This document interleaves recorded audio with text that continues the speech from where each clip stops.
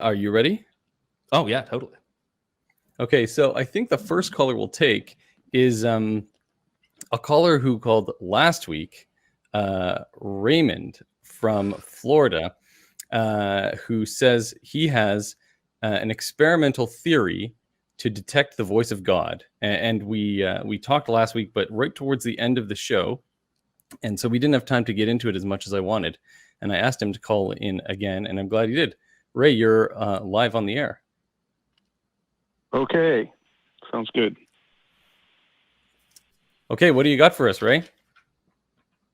Okay, well, we went through the ontology, the fact that God is related to ontology last week. So I'm not going to repeat that, okay? I'll just go right to the experiment part.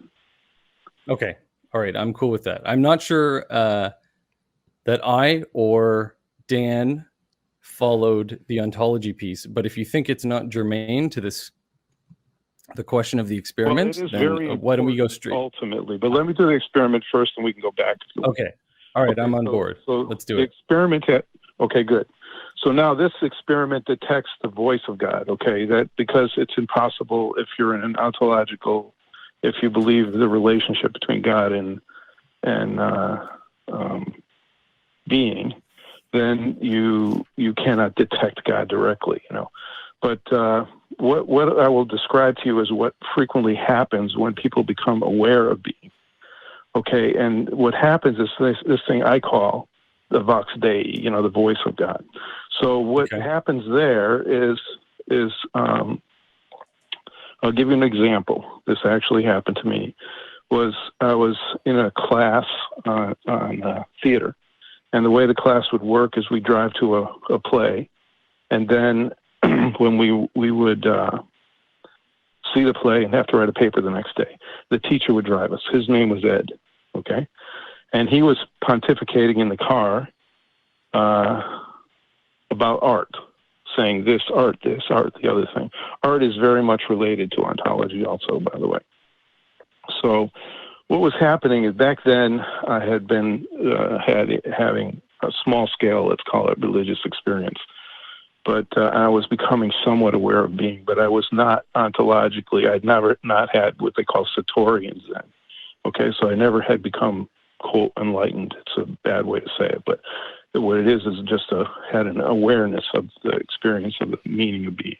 So I never had that at that time. But I was getting inklings, you know, and that's the weird thing about ontology is you can go to the beach and have a good day and stand in a line in a supermarket and have a bad day, you know, but that's because when you go to that beach, you look out across that ocean, you're getting an experience of being, and it's satisfying your survival instincts.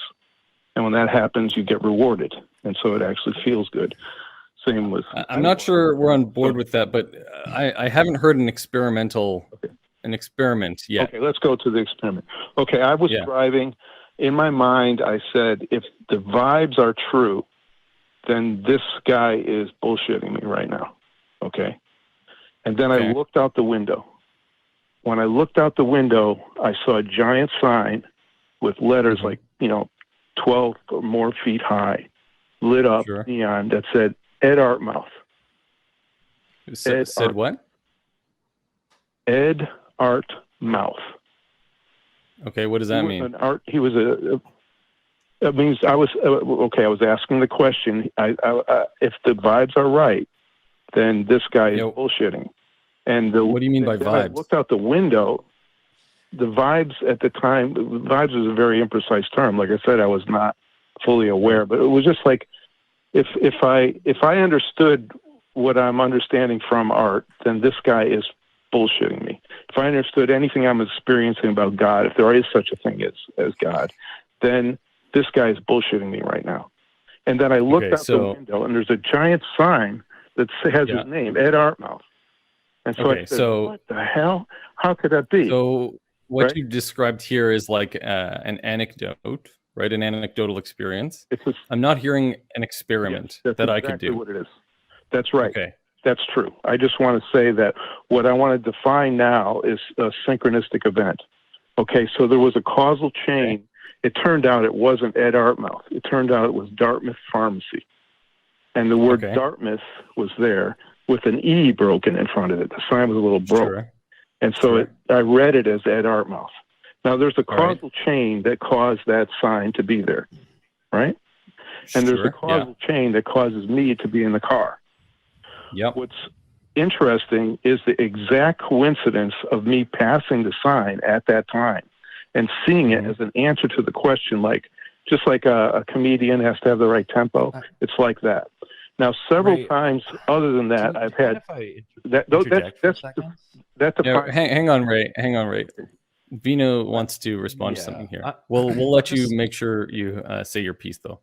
Okay, yes, Vino? that's fine. That's fine. I'm just kind of curious. You brought up an interesting word there, or an important word to me, I think, coincidence. There are, to me, that does not sound like a particularly compelling coincidence. You were looking for an answer, and you were given an answer. To me, that sounds like the standard pattern-seeking behavior of the human brain in distress. That doesn't, to me, sound like anything like I guess, what you would consider to be some sort of metaphysical synchronicity.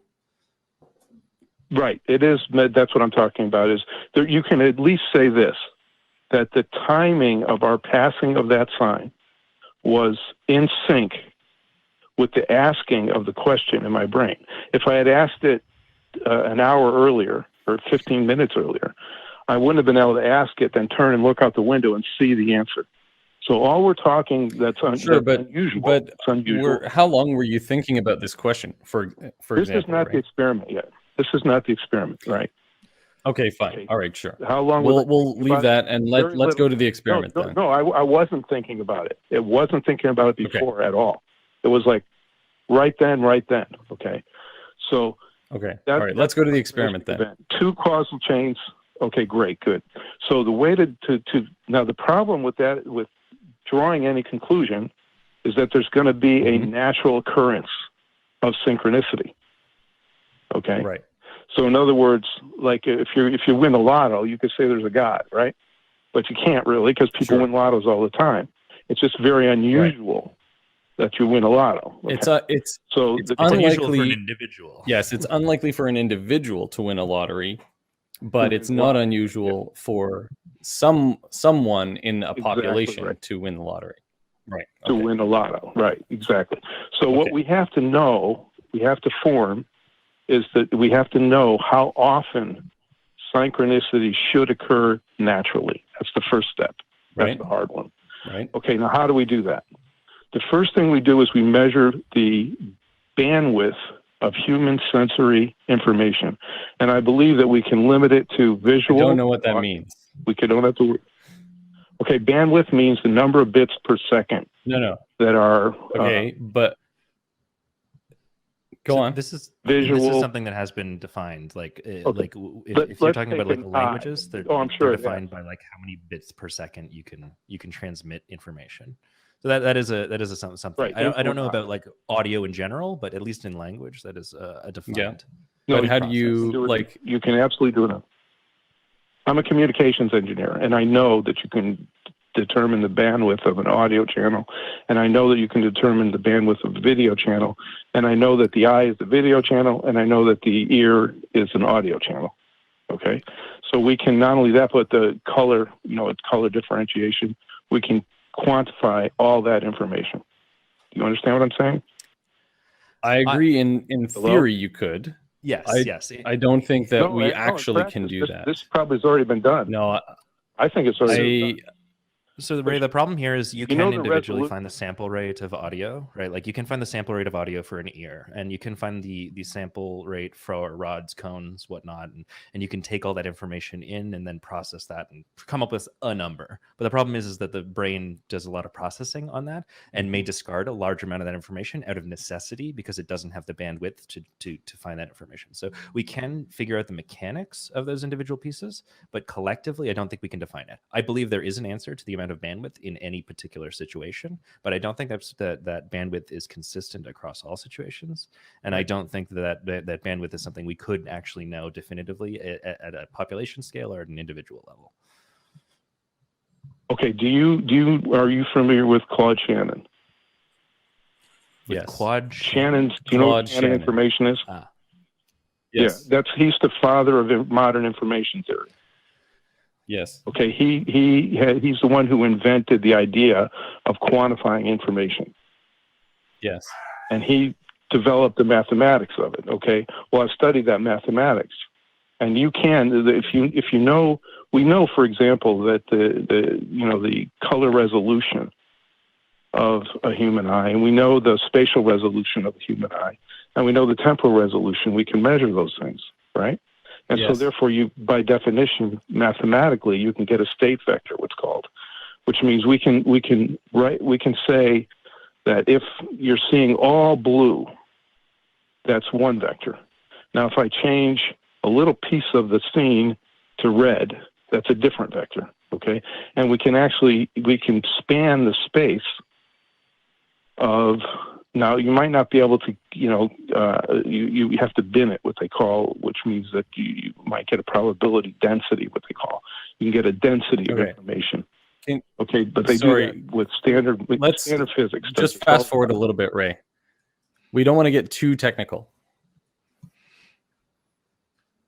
Okay, now once so what's the experiment? Describe your experimental methodology. The experiment is very simple. What you do is you have to take that set of state vectors, multiplied by the number of people on the earth, and you have a state vector for all of the experiencing that people's doing. Now you have to filter that. You have to come up with an object model. Okay, so you have to throw out a lot of the possible state vectors, because our experiencing is not just random entry into our eye. There are things that we're seeing. So you have to be able to reject all of the state vectors that are not generatable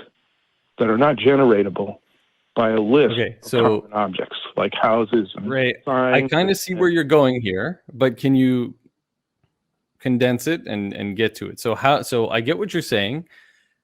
My question is, how do you differentiate the signal from the noise? Okay, well, there's no signal here. Really, what you have is a frequency. I think what you're going for is, you're saying that certain experiences are signal, i.e., from God, and the rest of it is just the noise, right? The noise of like standard coincidences.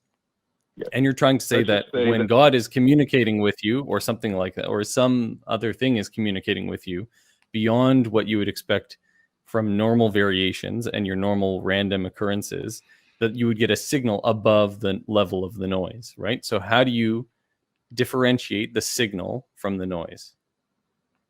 Well, that part, the last part, is easy, because you can go, once you have defined the natural frequency of synchronistic events, you can go and you can do standard questionnaires like they do with in psychology, and you can go interview people, and you can ask people, have they ever had this kind of an experience? And you can count how many people are actually, right. You can measure how many people in the population are having those experiences. So there's a lot of problems with that, right? There's all of the cognitive biases that are associated with this, right? There's recall bias. There is confirmation bias. There are a huge number of cognitive biases that feed into this sort of thing and make it problematic to draw conclusions based on this. Not to mention the fact that any questionnaire you administer has to be validated against a known quantity, right? So you'd have to set up some sort of situation where you, as like the researcher, creates a positive control experience where you purposely find synchronous events, right? And then you would have to validate your questionnaire to see if that signal that you're putting in is being detected by the subjects. And then once you validated your questionnaire, then maybe you can go and apply. But again, even these things that you're saying, like your events, which is like your outcome in this experiment, your events are completely self-defined, right, by the individual experiencing them. They're not objectively defined in any way. You could say, like, you could define in your example, you could define, the fact that you passed this sign while this guy was talking as an event, or you could define the number of minutes or the number of seconds as each individual events while this was happening, right? There's like a million ways to slice this thing, and I don't know that any of them are methodologically sound. And I think certainly you'd have a lot of work to do. So Vino, what do you think? There is a huge amount of work to do. Yeah. Well, this is the problem. You're not actually defining an experiment. You're defining like a Fermi's paradox, more or less, which is like a series of unknown variables that we may or may not ever get, right? Like even your base premise for collection of like human bandwidth, to go back to that for a moment, you say we define a bunch of vectors that give us direction and scale of how much bandwidth we can take in. That those things have destructively interfere, and we can't know that, so we can't even get a base level. And not to mention all of the things that Aware has spoken about, right? The experimental problems of trying to collect people's synchronous events. You obviously agree, because you're trying to control for these, that there are some level of people experience coincidences that are not synchronous events. You agree with that? People, okay. Yeah, I say that they're the thing about these synchronistic events is they're extremely rare. Okay, they're not. Okay. They're not. It's not. I call it typewriter God. Typewriter God. So let me ask you this, look up, Ray. So you seem to be a believer. Is that correct? Yes. You're a believer? Yeah. Okay. So it's very difficult to know. Yes or no. It's very difficult without going on a long conversation. But on balance, I'll say yes. Okay. So then my question is, what convinced you that you were experiencing truly synchronous events without doing a well-controlled study like the one you might be describing? Okay. What convinced me was that the events do not appear to me. Based on this, I wrote a paper, okay, and I said that I could not conclude anything from this, the experiences I was having. Okay, because this experiment that I'm describing to you had not been done. But if we could get enough resources and get the theoretical part of it down, like you're very right about reporting biases, you go in and ask people if they have these experiences, and there's a whole class of people who will immediately report experiences that are just completely wrong. I mean, it's not only. I had a physics teacher who was actually trying to get people to. I don't want to cut you off, Ray. I just want to, I guess, summarize. It seems like you're saying that you haven't done the study that you're proposing, and you're sort of taking it. I don't want to say on faith. I don't want to put those words in your mouth, but it seems like you realize that you haven't done the work that you think is warranted to draw this conclusion, and yet you're still accepting the conclusion. Is that true? No. Okay. That's false. Correct me. I think the point was that's not what I'm saying. That the conclusions couldn't be drawn. So is it safe to say, Ray, that like if you were to be pressed, that you would say that you don't believe in synchronicities as you describe them? Because you haven't yet to see sufficient evidence, or but if you were to accept like what you think when you go to bed at night, what you think just natively without really investigating it, that you do believe in it to some extent. What I know is this here. Okay, I know that these experiences occur. What's strange about them is they occur when you're having these ontological experiences, which is the first part of the conversation we won't talk about right now. More frequently, the experiences. I concluded that I could not conclude from the frequency that I had that it wasn't naturally occurring random frequency. Okay, you cannot. And yet you believe that it's not random. Oh, you're making a false assumption about me. Okay, you're no, that's I believe that was a question. Sorry. I meant to phrase that in the form of a question. I do not believe in God because I had these synchronous experiences. Okay. Okay. Well, I mean, I think I think that you have been very skeptical then, and you've I think you're using the right lens then, right? It was Vino, you agree? for a long time, not a long time, a short time. Say again. Do I agree? My question, the way you state it, when you say these experiences occur, do you mean synchronicities as like a metaphysical, like these rare things? Negative, not or just the appearance. They are not metaphysical experiences. Okay. They are okay. Then yes. Then I agree. I think if for a person who believes in some God and a person who, generally speaking, is looking for evidence for that God and concluding that these synchronicities are not important, at least yet, I think that's reasonable. I think we can debate the experimental design for a while and talk about some of the issues with that. That's true. I think we could. I think it's. Well, there are big issues. Yeah, for sure. And I'm glad that you identify that and agree with that. I think we may disagree on the scale of those issues, but I think we generally agree in principle with you about how the experiment would be done. Yeah. Okay, Ray. That was a good little talk. I enjoyed that. We're gonna move on. We've been with you for a little while, and we want to get to some more callers. But thanks very much for your call.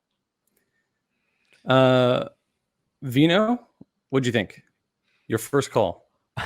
I mean, I enjoyed it. I'm really glad. I was a listener last week, and I was really curious to see what Ray had to say, and I'm glad we got through it. Honestly, from what I had projected in my head as a listener, that was not it at all. And I think I agree. I do think this is an interesting topic. I think I could talk about the experimental design for a while because it does introduce interesting ideas. I think I'd love to know how to understand the bandwidth of a human brain and the sensors that we have. I don't know how you start and end that process, but that would be just the beginning. Like you said, the experimental design on the collection of synchronous events. Oof, that is a messy topic. I can't even begin to think how to solve those issues. Yeah, that would require a lot of in-depth thinking. Yeah, because people have different definitions of coincidence as well, right? Exactly.